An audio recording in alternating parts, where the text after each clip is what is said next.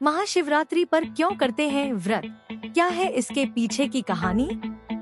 महाशिवरात्रि के व्रत के पीछे है रोचक कहानी जो सभी भक्तों को जरूर पता होनी चाहिए।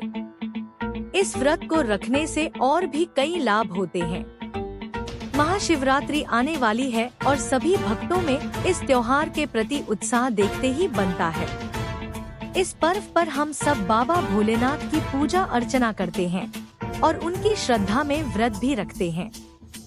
लेकिन कभी आपने सोचा है कि इस व्रत का क्या महत्व है? क्या है इस व्रत के पीछे की कहानी? आज आपको बताते हैं इस व्रत का महत्व और इसके पीछे की रोचक कथा। व्रत का महत्व। महाशिवरात्रि पर व्रत रखने से आपके समस्त पाप दूर हो जाते हैं और आत्मा की शुद्धि होती है। ऐसी मान्यता है कि इस दिन जहाँ भी शिवलिंग स्थापित है वहाँ भगवान शिव का आगमन अवश्य होता है।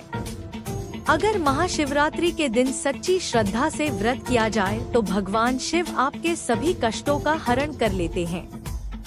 बता दें, महाशिवरात्रि का व्रत सबसे प्रभावशाली और लाभकारी व्रत माना जाता है। व्रत की कथा।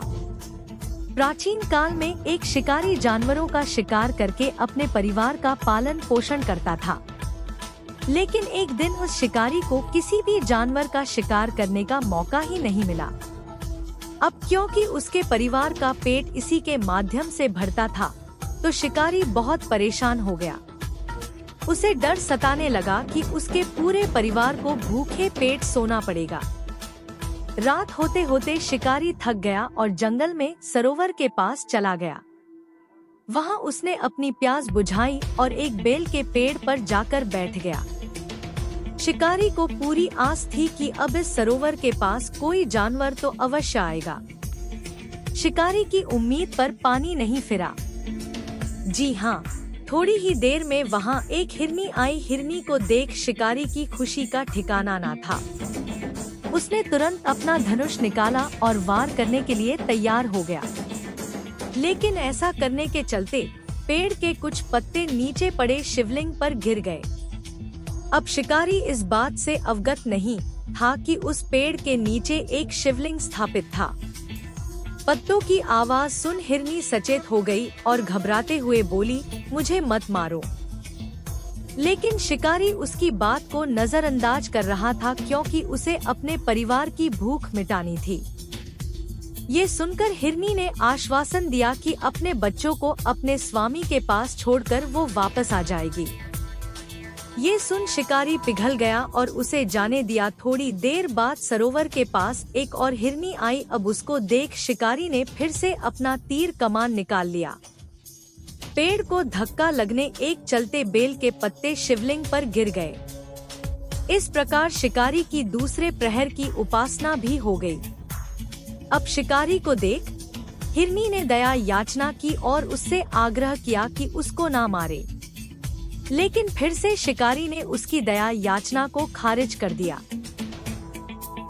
ये देख हिरनी बोली, शिकारी, जो व्यक्ति अपने वचन का पालन नहीं करता उसके जीवन के सभी पुण्य नष्ट हो जाते हैं। विश्वास रखो, मैं जरूर वापस आऊंगी। अब शिकारी ने इस हिरनी को भी जाने दिया। अब दो हिरनियों को छोड़ देने के बाद शिकारी को लगा आज उसका परिवार भूखा पेट ही सोएगा।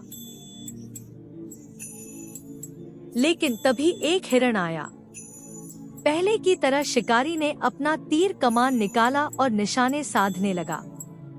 इस प्रक्रिया में फिर कुछ बेलपत्र शिवलिंग पर जा गिरे और उसकी तीसरे प्रहर की पूजा भी संपन्न हो गई।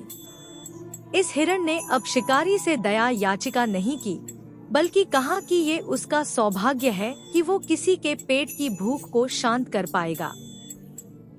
लेकिन उसने कहा कि वो पहले अपने बच्चों को उनकी माँ के पास छोड़ कर आएगा।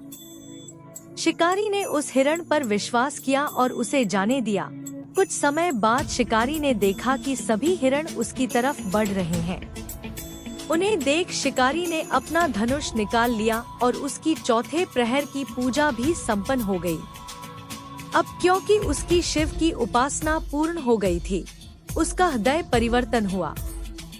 शिकारी को इस बात की आत्मग्लानि हुई कि वो इन बेजुबान जानवरों का शिकार कर अपने परिवार का पालन पोषण करता है। उसने सभी हिरणों को वापस जाने को कह दिया। शिकारी के ऐसा कहते ही भगवान शिव का दिव्य रूप प्रकट हुआ और उन्होंने उस शिकारी को यश, वैभव और ख्याति का आशीर्वाद दिया। तो इस कहानी का सार यही है कि अगर आप सच्चे दिल से शिव की उपासना करते हैं तो भोले बाबा आपके सभी दुखों का हरण करते हैं और अपनी कृपा दृष्टि सदैव बनाकर रखते हैं।